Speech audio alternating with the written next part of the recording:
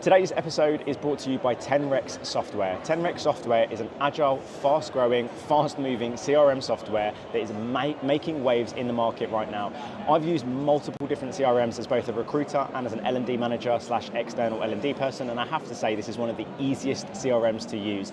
They're adding loads of new functionalities to it, and if you use 10rex and you say, actually, do you know what, we would like this functionality, can you put that in there for us? They've actually worked with customers where they have taken about 2 weeks to implement a new aspect of their CRM, so it's super fast to turn around in that respect, really, really easy to use, and they're just making waves in the market, guys. So if you're interested in using 10rex software, reach out to them, either John or Mark, who I've met multiple times, had on the podcast, they're great guys, and if you use code Charles10, you'll get a VIP discount, and your boy will get a bit of kickback from that. Look at the banner they made me as well if you're watching this. So massive, massive thank you to the guys at 10rex. Thank you so much, and let's get into the episode. Hello everybody, and welcome to the 1% Better Recruitment Podcast with your host Charles Kiriakou. We are live at the Recruitment Agency EXPO. We set the goal in January, we've achieved it, and I've got a familiar face with me today. I'm joined by Chris O'Connell yet again. Chris, Mate, how are we? It's great to see you again in person. You look exactly the same in person. That's good. So for people that may or may not know, I had another guest booked in for this afternoon, and I got that dreadful text at 7 o'clock in the morning that don't feel well, can't make it, yada, yada, yada. And not the most ideal way to start your day, and not the most ideal thing to hear when you're first doing your first ever live podcast, but it kind of brings me back to when I'd done contract recruitment, and me and Chris were speaking a little bit about that this morning. And before I go into a couple of anecdotes and we'll talk about what topics, Chris, I know you wanted to share a couple of fun sort of anecdotes from your contract days. Tell us a little bit about that. Oh mate, there's so many, but I mean, what I love about contract recruitment is literally you can do a deal in one phone call. You know, the amount of times where you can pick up the phone to a client, and I've done situations where this might be seen as bad practice, but you can sell the concept of a candidate, close that interview down and not even have a candidate. And I've done that so many times, and then when the guy goes in the next day, I thought it was Steve. No, it was Gary, and you make up this story that he was, he couldn't quite make it. So I love the swagger of it. Yeah. I love the speed of it, and I just think it's brilliant. I'm a contract recruiter through and through. Yeah, nice. So just remind me, what type of because the contract recruitment I did was quite different. Like it's more, you would more call it like temporary recruitment because I've done nurses, so it wasn't necessarily as consultative. But yeah. I'll go into some stories about it in a minute. But what type of contract did you do? Mainly change transformation, senior IT project program managers, the 500, 600, 700 quid a day guys. Yeah. And then I did a lot in the public sector, and a lot of it is candidate driven, right? So when I was a top below S3, I had a couple of resources working for me, and I walked past one of my resources desks, and an email came in from a candidate. It was Peter Smithers, it was the ex-CEO of Devon County Council, and I knew he was the top candidate. I literally grabbed the phone, spoke to him, and then I spec'd him out to a few clients, and then from there we placed 300 contractors. So it's the power of a good contractor. When you know a good contractor, you pitch a good contractor in the right way at the right time. Yeah. I know it's not the be-all and end-all, but that's how you win. Yeah, that's insane. So different to what I used to do. So how familiar are you with like nursing recruitment? Yeah, no, I've done some clients with that, and that's very fast-paced, isn't it? And probably they're quite not unreliable, but you got to replace quite a few, haven't you, as well? Yeah. I mean, I loved it. So my first ever job was social care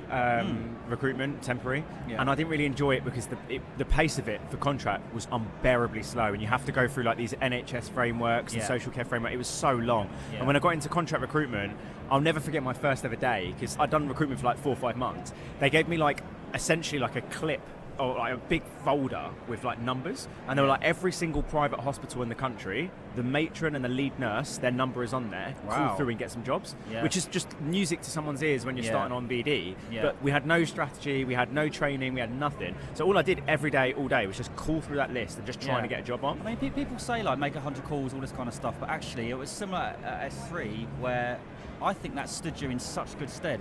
Oh my God, it set me up so well. You've trained your phone muscle, and you don't fear. And I was saying this to somebody yesterday about the phone.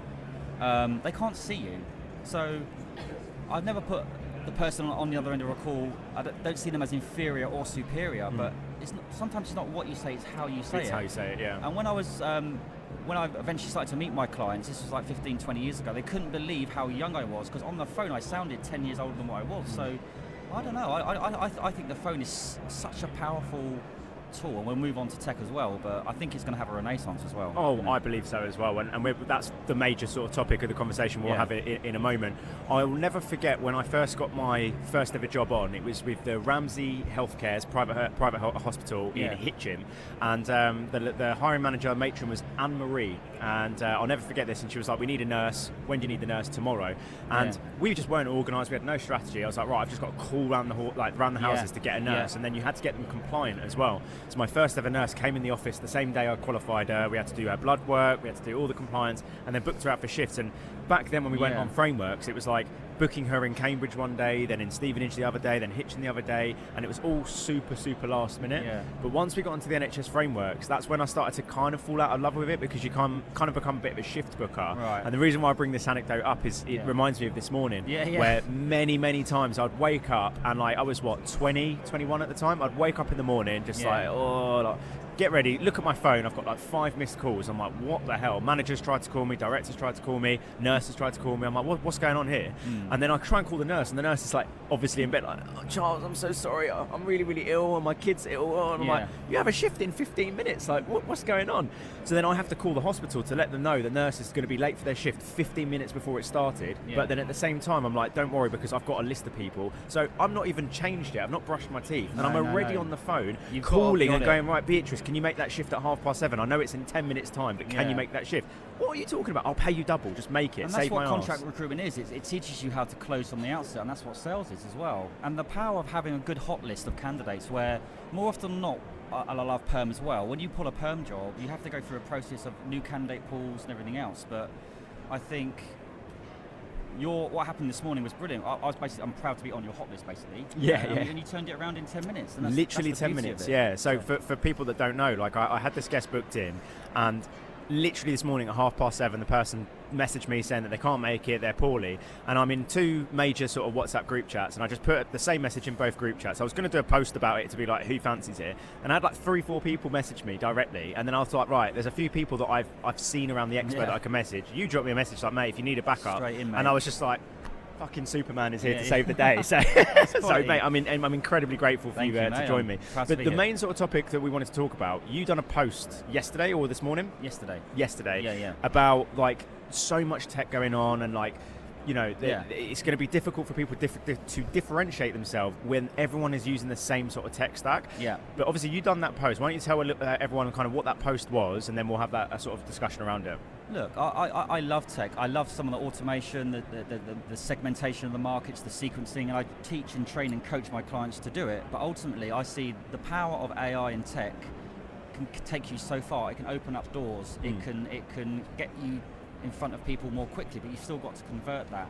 What I'm feeling and seeing at the moment is that I think give it a year's time, everyone will have the same or similar tech. So what's the differentiator? How are you going to differentiate yourself? It's going to have to be you. It's going to have to be you getting back on the phone, meeting people and everything else. So I think some consultancies out there are seeing AI and tech as a silver bullet. And it's not. So I'm not one of these, I think you're the same. I'm not sort of anti-tech, I love it, but if you're not coaching and training your people how to influence and liaise and engage with your customers beyond sending a sequencing email, you're just going to get swallowed up. I totally agree. I mean, when I was the L&D manager, we're going back when I first got that job 2.5, 3 years ago now, that's when ChatGPT started to come to fruition, and people were like, oh, what's this? Oh, we don't have to write the adverts ourselves, we can just put it through ChatGPT. We started using it to create our own Boolean searches, and I was like, this is incredible, this is amazing. And then we started investing in other tech, like ones that can format CVs, and then obviously we've got like email marketing stuff, and then the ownership of the business started to get so obsessed with tech that it kind of took away the personality of the job of a recruiter. And I think that's kind of what you're saying, really, isn't it? Like just the personality of the recruiter, that human touch. I mean, there's some really good software out there like Market Mapper and other stuff that enables you to find hiring managers and names of people very, very quickly. But again, that is just half the battle. You've still got to have the ability to, and I think BD, people are scared of BD. I mean, you're a BD coach yourself as well, but I think that BD should be a mainstay in everything that you do. Every single aspect of your being should be some form of BD, be it a comment on LinkedIn, Even if you're 180 and you're a delivery person, when they say that, oh, I don't BD, I find that criminal, because they're speaking to candidates day in, day out. There's, as you know, on a CV, there's so much information on a CV. Why can't they? But the difference is, I think, a qualified candidate isn't someone that can do the job. A qualified candidate is someone who can do the job, and you know where they're interviewing, who they reported to before, and you've got an understanding, you know, whether they're going to take the job as well. So you need to, for me, a qualified candidate is not just matching a CV to a JD. I want to get 2 manager names, I want to find out where they're interviewing, and use that information to leverage your business. Yeah. No, you're speaking my language. Like, whenever I go into a business and people sit there and tell me about how they're struggling with BD at the minute, and I'm like, okay, so break me down what your day looks like. Oh, you know, check inbox, blah, blah, blah. You know, I'll qualify candidates for said job. I always like bring them back and say, okay, cool. Let's just say you've got a software developer job in London. You're qualifying candidates. Let's have a look at your like short list of candidates that you've got here. Yeah. I've got here this guy. I just don't think he's relevant. Okay, why wouldn't you call that person? And they're like, well, because he's not relevant for the job. Okay, first question I'd ask: what other jobs could he be relevant for that you have? Mate, and they go, oh, I haven't checked. Largely, a lot of businesses don't utilise their CRM, which is bonkers to me. And then the second thing is, okay, let's just say, for example, that candidate was right for this job, but he interviewed and got rejected. What would you do with that candidate after? 100%. And they're like, oh, that's a good question. Would you just forget about them? Would you just like leave them dormant on the CRM? If that candidate is great for your role, why don't you send them out to 5 other competitors anyway? Right. At the same time. Also, I've run so many candidate workshops, right? I walk into these places, and we've got a great delivery team, and actually, I did one last week, and there's a team of about 8 of them. I said, so what do you do first? One said I go on the job board, one said I go on the database, one said they had different things first they were doing. Then I said, so archetypally, when you do a Boolean search on LinkedIn, how many candidates would you tend to bring up? And they said, well, we tend to bring up about 200 or 300. And then I said, well, what do you do next? And they say, well, we'll whittle it down. We'll go through LinkedIn, and we'll siphon it off to about 50, and then we might call them. And I said, well, what about this idea? Why don't you send the JD to those 300, but within that in-mail, say, you know, big up the role and say the client's been very specific about these 3 to 4 things that they need. If you haven't got these things, don't apply. If you have, please reply back with a summary of what you've done with that.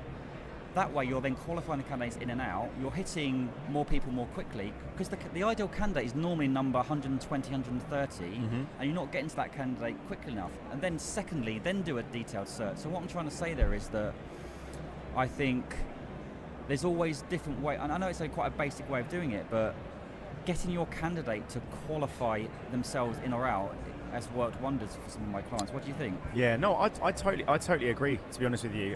I always say to consultants now that when you're sending like your personalised email to a recruiter, to a candidate, always say, I appreciate you may or may not be looking. I have a role that may or may not be suited. It's. I always give the analogy of like, imagine a bit of sandpaper between two humans. Remove that bit of sandpaper because largely a lot of recruiters go, I've got the perfect opportunity for you. But you're setting yourself up for a fall, because then the candidate is demanding that they get an interview. But it's not always simple. Precisely. So it's like pre-framing the situation that, like, look, I get you might not be looking, but I could have a role here that could be a good fit for you. Worst case scenario, if this isn't a good fit, we have other opportunities and we work with similar types of businesses, so we could have a conversation. And what that for me, how that kind of works, because I've always been like that big picture, long-term type of individual. It allows candidates to look at that and go, maybe it's right, maybe it's not, but they come back and go, yeah, I'm open to a chat, because you're kind of like a talent consultant, like you're consulting their career rather than just one job. I think also as well, I think it's about how we position ourselves in our mind as a consultant. If we're putting the candidate or our client on a pedestal, we're going to lose. I ask my clients, you know, as a recruitment consultant, who are you? They'll say recruitment consultant. I say, well, no, we're not. We're more than that. Yep. You know, and how you introduce yourself as well. There's so many agencies out there that say they're specialists, but they're not. But getting that first 10, 11, 12 second pitch right about, hi, Mr. Candidate. It's not hi, Mr. Candidate, it's Chris from Recruitment Limited. We're a specialist financial services recruiter. How about, hi, Mr. Candidate, it's Chris from Financial Services Recruitment Limited, or a specialist financial services recruiter, particularly operating in the hedge fund space. We're working with hedge fund company 1, hedge fund company 2. I've got your CV in front of me. It's exactly the sort of CV I know a few of my clients would want to see. My objective over the next 2 weeks, 3 weeks is to try and get you in front of those clients. How does that sound? Tell me a little bit about yourself. Where have you been interviewing? I mean, automatically, it's a slight difference, but I think that is more likely to give you the information. Yeah, I agree. You know, and it's the same with the client. It's the same pitch for the client. Tell them what you've done and where you've done it, and you're going to win. And The amount of clients I say that I'm a financial services recruiter in the USA. I'm like, really? Like, you break it down, less is more. I do loads of that stuff. I think it's really important. Mate, thinking back to my intro when I was my last sales recruitment job, I did medical technology, which in itself is a niche, right? But to make my life a little bit easier or difficult at the same time, I did surgical urology, which was like a mega niche, right? So any business that's sold to urologists in the UK in an operating department, I would hire the salespeople for them. So when I'd call a client up, and like, for example, one of the last clients I won was a company called BK Medical, right? I gave them a call and I said, hey, it's Charles here calling from a company called Projectors. Reason for the call today, I've recently just done placements with a company called Verifon and Laborie, who are two of your close competitors, but not really competitors, but essentially my entire database is only filled with candidates that sold surgical urology products. Brilliant. And I know you're hiring in the Southeast, so I just wanted to introduce myself and see whether we could be a service. And they come back and go, well, you've recruited for two of our competitors. Totally all you do is surgical 100%. Urology in the UK, which if you look at a LinkedIn Boolean search, there's like 70 or 80 candidates. Obviously I was best mates with all of those candidates. So immediately from their perspective, they're like, well, I'm going to give this person time. In comparison, like I had this guy that I'd done some coaching with recently. I work in tech and I've got 50 candidates available right now. Yeah. Well, exactly right. And what happens when you start speccing these things out? You try to get 3 to 5 managers per company, not just one. You try to have 5 or 6 different touch points with each of those managers, not just emails, but voice notes, everything else. But also, when you start doing that, you start coding your candidates and coding your clients. When you get a good CV, you think, fuck, I know exactly where I can put that candidate. And conversely, when you get a role on, you're not starting a fresh pool. You can, as I said earlier, I've got in situations where when I'm taking the brief, you can sell in candidates there and then. But also in that situation, when you go in with that knowledge and that specificity, you got more you get more confidence and you got more chance of actually pitching exclusive and retained and everything else. So if you're not comfortable pitching retained, one of the minimum things I think you should go for is, right, Mr. Client, we spend 45 minutes on the phone, got a really good understanding of you and the business and the role. What we're going to do now as part of our service level agreement is send you an email with the JD on it, and it's going to be a schedule of when you get a first interview, when you get a second interview, when you're going to offer, when you're going to pay. If you email me that back, we'll start working on it straight away for you. So take control. That's exactly it. I want to pivot slightly. So we spoke earlier about AI, and I remember I saw Hisham do a post that I don't know if it's the talks or stands or something, but AI has been mentioned like 115 times at the Expo, right? And before we started to record, we both said like we don't want to come across on the podcast that we're like anti-AI or like AI is not going to, it's going to blow up, it's going to completely change the industry. It's like when the car first got introduced. Like I get that, but from your experience, and obviously you work with multiple different businesses, right? There's a few different bits of tech that use AI that can complement recruiters, like finding candidates, like what you were saying to begin with. Like the whole idea of the tools here is to help you get in front of more people. Absolutely. I don't think like I've seen some of this tech that it's like it will do the calls for you and stuff. I'm like, no, mate. Kind of scares me, but at the moment I don't think we're there yet. But from your experience, maybe there is some particular businesses or types of tech that you would, I don't know, recommend or have used. I mean, what would you say? There's a lot out there. I mean, things like me personally, I've just implemented Fathom, which is brilliant. So I have 5-6 Zoom meetings a day, and mate, that is an exceptional piece of kit where it just takes the notes for you. Quill's really good, I've heard, in terms of like, Quill is if you're on the phone, if you're on a Zoom call, it basically dictates the conversation and puts it straight into your CRM. It's amazing. Oh mate, so that's really where was that 10 years ago? That's really good. You know, there's things like Zoom Info, Market Mapper, and all these data scraping tools, which I think are amazing. But actually, I think it's good. But also, I think you're losing a little bit of the sales finesse and training. The old school way of speaking to a contractor, understanding where they're working, the nature of the products, and getting that manager name yourself, I still think it's better because you're getting the knowledge of the projects, you're building relationships as well. So I think this is what the danger is, you know? Yeah, I totally agree with you. Like I said to begin with when we started recording, I worked for a business that became so obsessed with AI that the human element kind of disappeared, and they became so KPI heavy that recruiters were essentially hitting their KPIs so they could leave early on a Friday, but then it gets to the end of the month and they're nowhere near a deal. But they went early on a Friday every day. But this is it. What constitutes a good week? If we're not careful, is I've sent 17 sequences, I've done 55 AI mail shots. Yeah, but how many conversations have you had? How many tangible interactions have you had with your client? How many new relationships have you built? How many meetings? And And I think that's going to be the difference. But if you can use the data and the AI in the right way and have that as well, then you're going to kill it.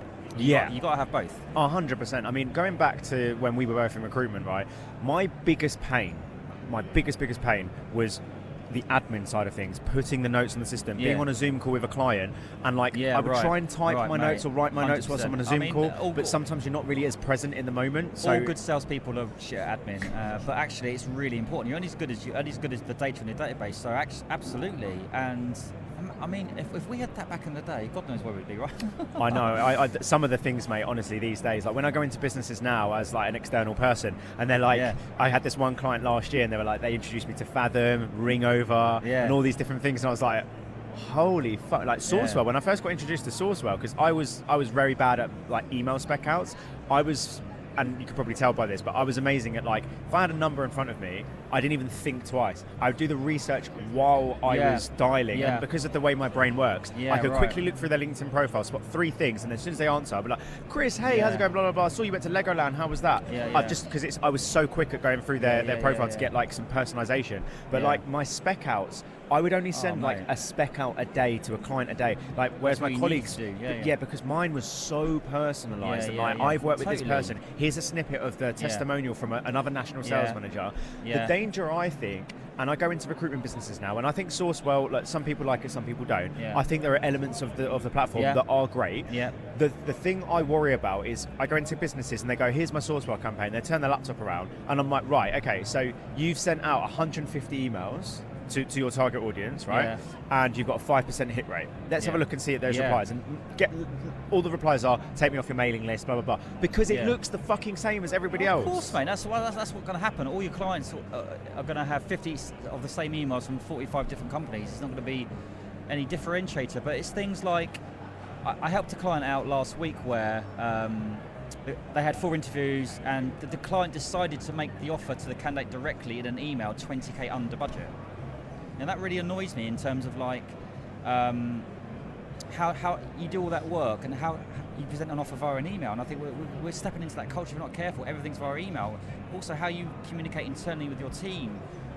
If it's always on Slack or email or WhatsApp, they're going to communicate with their clients like that. And it's just so important that things like, as well, like.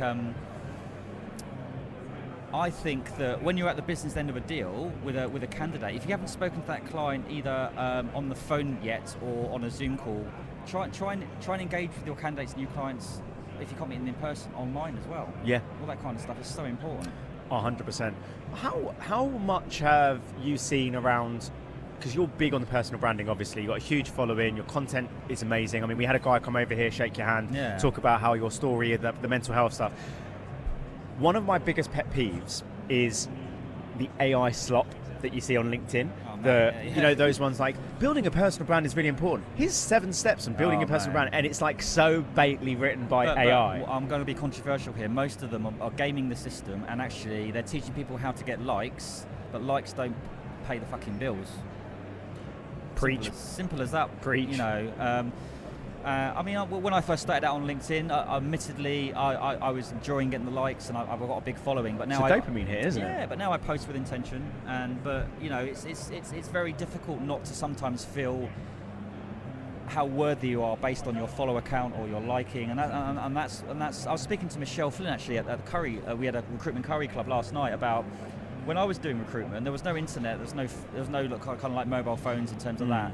So we're on the phone all the time. He wasn't distracted, and I think there's so much distraction and comparison online. And I just think it's important that I've had a really great relationship with LinkedIn, but I took a few weeks off because I was getting sucked into the whole kind of like, oh, that post has failed. I'm not, and it's.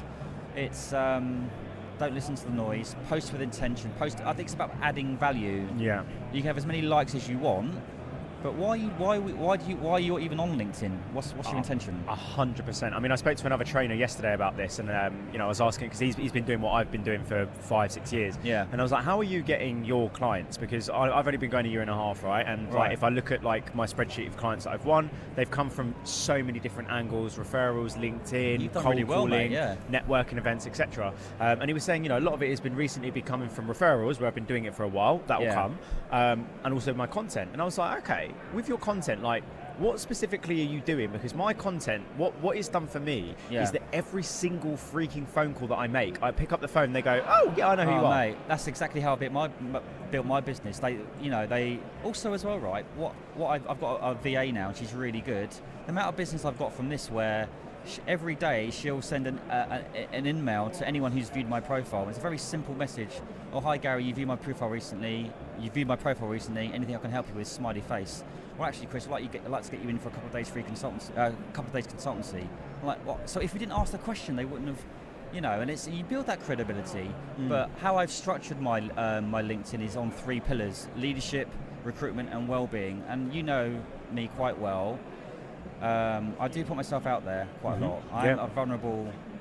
That's just me. On the first episode you were on, I mean, my hairs were up. I was nearly crying halfway through. And I loved your post today. You were just open, raw about you're anxious and all that kind of stuff. And I think actually that real authenticity, that's what can win clients. Not that it's your intention to use your authenticity to win clients, but if I was to give any advice, just be yourself, and too many people are trying their best not to be, and that's 100%, mate. I mean, like, I'm sure you must get this either from just people in your network or friends, right? But sometimes I'll post something on LinkedIn and I'll put it on my personal Instagram story, and I'll jump on a PlayStation chat with my boys in the evening, and then they'll go like, I was a bit anxious today, gay boy, and you're just sat there like, but mate, like, it's just me being me. And the thing is, it's like, I don't do that to like engagement bait so that people can be like, mental health awareness. Like, I do it because, like, look, I'm a human being, right? I struggle with these things like a lot of people, and most men are shit at talking about it. And I'll put my hand up, I'm not the best. I'm getting a lot better, but like in my DNA, there's something that says if you're struggling, just smile and crack on and just keep going. I'll tell you where I am with it now. So I've been on LinkedIn the last 4 or 5 years, and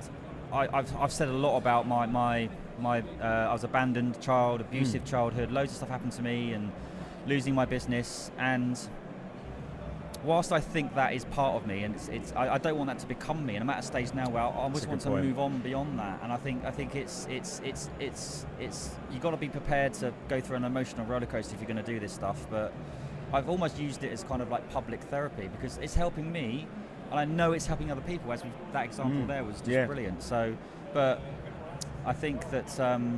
It can't always be that though. You've got to also move forward as well. 100%. It was very similar for me, and I've openly talked about my ADHD diagnosis. Just as I set up my, so when I got into L&D, I officially got diagnosed, and it was kind of like that light bulb moment. Yeah. And I'll never forget. And I've said this. Apologies, people have heard me say this before, but the psychiatrist looked at me, and my mum's in the room, and he was like, "So you're not addicted to drugs. You're not a gambling addict. You've got a great career. You got a house, you got a car. Yeah. Why do you need ADHD medication?" And I remember saying to him, "Have you ever climbed a mountain before?" Yeah. Okay, cool. So imagine climbing a mountain, but putting a rucksack on that weighs about 100 kilos. That's what I have to do every day. Yeah. Every day I get up, everything is harder. I'm tired. I just want to have my life that's a little bit easier. Because I think people, because it's been used quite a lot, ADHD at the moment, and it's coming to the fore, which is good. But I think people, ignorance is quite a strong word, but they kind of think it's just, no, you've eaten too many sweets as a kid kind of thing. It's not that, is it? You know? Yeah, no, it isn't. I mean, I don't post too much about it because, to be real, like if I post a lot about it on LinkedIn, like let's be real, like I'm trying to win clients on LinkedIn, and like of course I do the odd personal posts and stuff, but like I find a lot of the ADHD stuff out there is like, oh, poor me, and all the rest of it. Right. I'm just very real with the ADHD stuff. I say it how it is. I know you're interviewing me, but how do you, when you have these dark moments or difficult, challenging moments, what advice, if any, I know it's not a one-size-fits-all, and I caveat that any advice you give is for you personally, but generally, what do you tend to do? What are your sort of ways of getting out of that darkness sometimes? It's a good question. So I go through them, I'd say quite, it's like a roller coaster throughout the year, right? So I have some weeks that are great, some weeks that are quite bad. I've got like these habits that I've built over the years that like really, really work for me. So I'm fortunate enough that I've got a really, really cool cold plunge in my garden. It's 650 quid, Mayo ice. It's like thick fiberglass, so it's like you can't puncture it, and it's like a bath, it's big. Every single morning, and I know this is like cold plunge and all the rest of it, but like I'm just saying this works for me, right? But I do a specific breathwork exercise in there. So I go outside, and I've got 2 voices in my head every morning. The first voice is, what the hell are you doing, it's way too cold, go inside and get comfortable. And the other voice is, shut up pussy, get in. Right. So I listen to that second voice, and I do like, how do I explain it? I do 30 seconds to a minute of looks really silly, and sometimes I pump my arms up to get the blood rushing into my body. My wife looks at me and I'm in my swimming trunks, like it was -1 this morning, and she's looking at me with her coffee like, you fucking psychopath. And then I get in and I hold the end like that, and then I've got a boxing timer on for 3 minutes, and then as soon as it hits 5 seconds to go, I pull my nose like that and I go down, and then I go under the water so it hits my head, and then I get up and I catch my breath, and I have my, because you're in like shock, right? So I catch my breath, I put my hands together like this on my belly, close my eyes, and I just go, right, get ready, get ready, get ready, and then I do box breathing. So I do, for the whole 3 minutes, it's 5 in, 5 out, 5 in, 5 hold, 5 out, 5 in, and then just do that 5 seconds. Jump yourself out of it. So basically. I literally, as soon as it hits, and I'll open one eye and I look at the timer and it says like 2 minutes left, I've gone past the horrible part. So for me, my biggest thing, and not everyone has the ability to do the cold plunge, but that box breathing for me is phenomenal. Oh, I think that's great. I think what you said at the start there about almost like the devil and the angel, one person saying don't do it, the other person say do it. I think by going through that and conquering that, you're training yourself to do it in a normal situation. I think that's really important. I mean, like I said about like the like on Monday, I don't want to get too graphic here, but Monday morning I woke up and the way anxiety appears for myself, I get a very dry mouth, so I can't eat. Right. My appetite is completely suppressed. My mind just is racing, and with ADHD as itself, it's like having 10 voices living in my brain at once. And then my bowels want to evacuate, basically. That's like the less crass way of saying it. And I went to the toilet like 4 or 5 times in the morning. My wife is like knocking on the door like, are you all right? You've been like 5 times. And I get out and I'm like, yeah, I'm fine. And that's my natural reaction, is to tell my wife I'm fine. Because for whatever reason, it's like a caveman mentality. It's like, I'm the man of the household, so I always must be fine. And then after a while, when it's kind of settled, I go to her and I'm like, I'll be honest, I'm really like suffering with the anxiety today. And it's like, I have this voice in my head that's like, the live podcast is going to fail, no one's going to listen, this is going to fail. What I've done over the years is I've trained myself to be very ultra conscious of the voices. It's separating your thoughts from your feelings. And also I've got my own coach as well, and he's teaching me that when you get these thoughts, it's pausing, observing those thoughts. Yeah, you nailed it. And they'll just pass. They do. And the best analogy is like, everyone's got different analogies, but for mine, I remember doing like Headspace years ago, and Calm is like, every single thought is a car on the motorway, and sometimes there's a traffic jam and the thoughts are there and you're like, I don't want to think about this anymore, but they're just there, and then there'll be people in the car giving you the middle finger or whatever, and you're like, I don't want to think about this anymore, but then they always pass no matter what. And you can distract yourself, but the problem with distracting yourself, like some people have drink, alcohol, drugs, etc. My one was gaming. So when my parents got divorced, I remember my dad saying like, look, I'm moving out, blah blah blah. I remember playing FIFA and like that. I just wasn't listening to him. I was like, I'm just going to play games. What you're doing, you're kicking the can down the road, aren't you? Yeah, basically. And that's so I had trauma therapy a couple of years back, she what was that for? So because basically when my parents got divorced, I didn't really have a good relationship with my dad, and then I realised actually my dad was never present for my entire life. Even when he was the football coach, sorry to hear that. His whole idea of being a football coach wasn't to train his son to be a better footballer, it was so that he could chat to the birds and he could get all the glory. And it was like, I was top goal scorer one year, and it was like, because of me.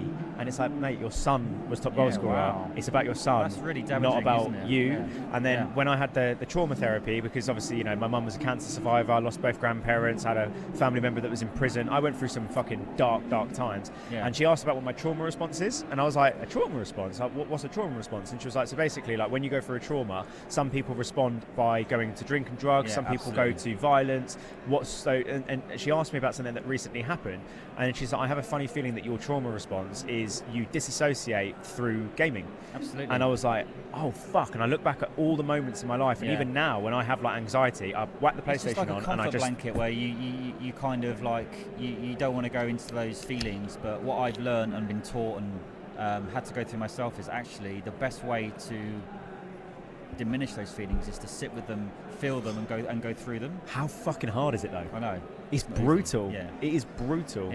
And like doing the therapy was really, really powerful. And I'll never forget when because you obviously with therapy you have like these breakthrough moments, right? And I remember my first breakthrough moment, which weirdly was only on session number 2, and it was done remotely. And it was my wife walked in just as I had the breakthrough. But the breakthrough for me was that she was like, so what? Like, she asked me the question, like, what did you want to get out of therapy? Yeah. And I was like, I don't know. It's just the whole thing with my dad, because he moved to Bournemouth, and his now ex-wife messaged me on Facebook saying your dad is dying, which turned out to be bullshit. It was just a bait to like get me to speak to him. Wow. But the whole reason why he wanted to speak to me was because she was going to move to Australia, and he doesn't have a next of kin in the UK. Right. So his whole idea was, let me get back Literally. in touch with my kids, so that if I, they'll look after me, even though he'd Was abandoned that almost us. like the final straw then in any...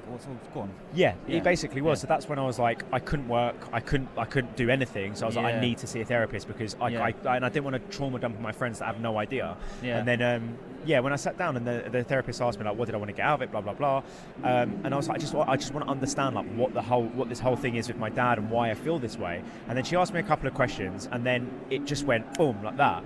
And I was like, I've never actually had a father figure in my life. Like, my uncle was a great father figure, but then he went to prison. So he was there, but he wasn't there, basically. He was not there. Yeah. He was not present. And when he moved away, it was Yeah. always me and my brother going down to Yeah. Bournemouth. He would never come up to us. He'd Yeah. always say, I don't have money, blah, blah, blah.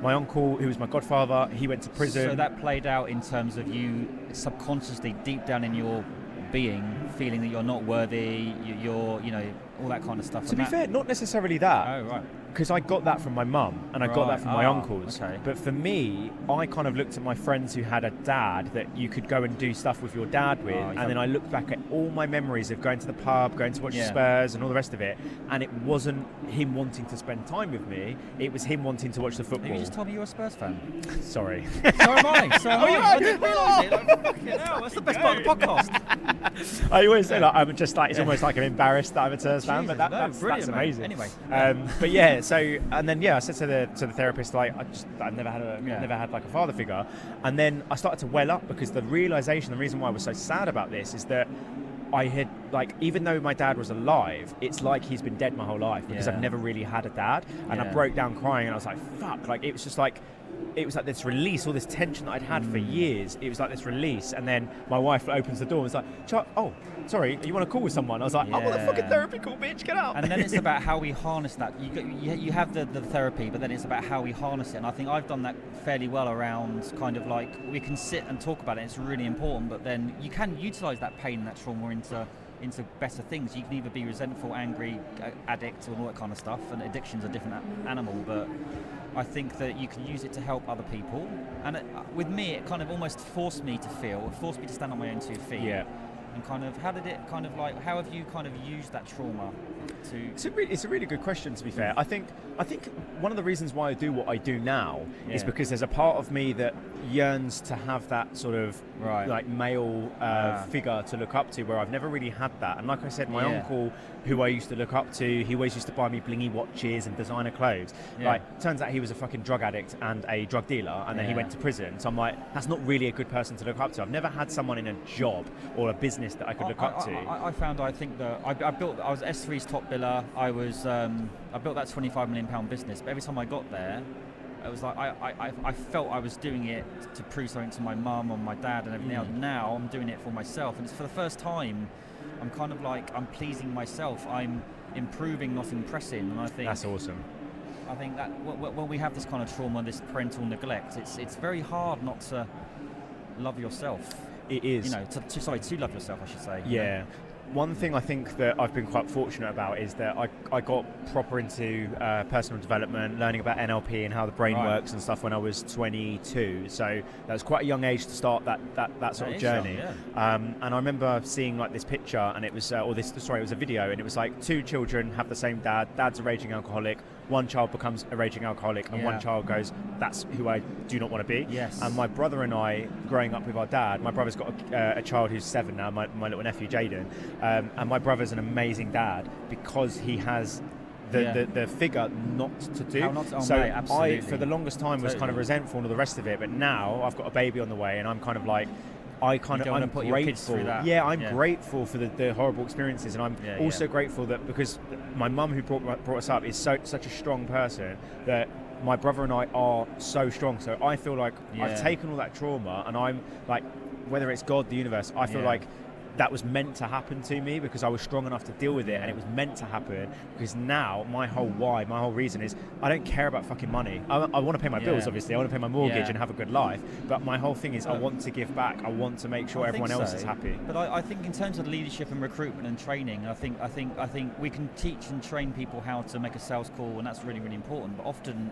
I do lots of leadership coaching as well, and I delve into this kind of stuff, and actually it's often what people are, it's getting people to be comfortable. I think education should be based around this kind of stuff a bit more, but I think you can improve sales cultures by having these types of conversations and getting your team to be a bit vulnerable and open up a little bit. I know it sounds a little bit kind of against the business grain, but I think empathy is a huge trait to have. Yeah, I totally agree. I had a lady called Amy Williams on my podcast about 2 weeks ago, and she told me we had a conversation about a topic called high care versus high challenge, and I think this is kind of what you're kind of alluding to, right? Because if you go to high care, where it's like every Friday we talk about our feelings and stuff like that, then it gets to a point where you're going to get recruiters that have a little bit of nervousness about a task and go, I've got anxiety.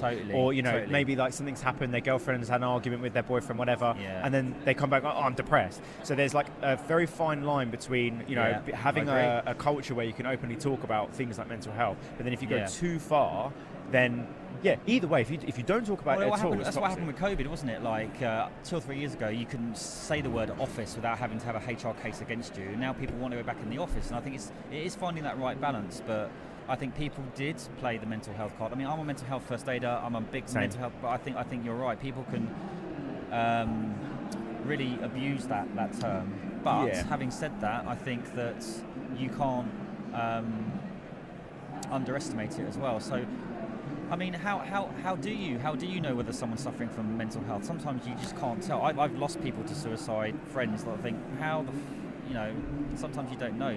And it's even worse in men because so for example, this is so weird, right? So when my wife has her friends come round, they will sit round, like obviously she can't drink now, but before she was pregnant, friends would come round, open a bottle of wine, put the telly on in the background. It's like, so how are things with you and so-and-so? Oh, a bit difficult at the minute. So-and-so, I'm feeling a little bit sad, but I'm okay. What about you? When my friends come round, I don't know about yours, turn the PlayStation on, turn the TV on, take the piss out of each other, whatever. Don't get me wrong, I'm very grateful that my friends are quite you can talk about your feelings and stuff like that. And we've had 2 of our friends attempt suicide a couple of times, so we're very astute. But the other day, Rosie was like, "Oh, how's your friend?" It's like, "Yeah, good. How's his wife?" Probably all right. Did you not even ask? No. Well, why didn't you ask about his wife? Because we don't do that. We just go for a walk and we just chat shit. But that's the problem with blokes, right? Because I don't know what it is. I think it's just the society that we live in, and for fucking millennia, that blokes have just been this stoic, just get on with it. That's true. I mean, a slightly different point, but one of the things that's helped me when I've been depressed and down, and it's been less and less, but I still get it, is it sounds basic, but small wins. So things like making my bed in the morning, or actually going out for a walk to get a coffee and kind of build it up from there. Making little pledges and contracts with myself that I actually fulfill, builds confidence. Sometimes when you're in the shit, you're looking at the mountain and think, how the fuck can I conquer the mountain? Just get the first step.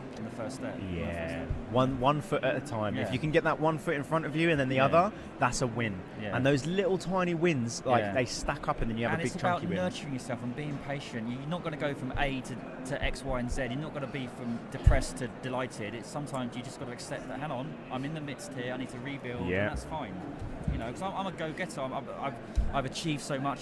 Right here, right now, I'm slowing down. I'm building different aspects. I'm being more kind of strategic, whereas I think sometimes we just want the next big thing all the time, and slowing down to speed up is one of my favourite sayings.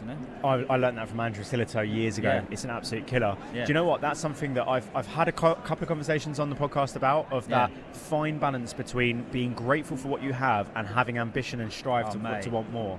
That's still something that I'm only 31, so I'm still a baby. That's a difficult one, isn't it? Because you've got to be ambitious, but I think sometimes you can be ambitious for a bigger watch, a bigger house, a bigger car, a bigger following.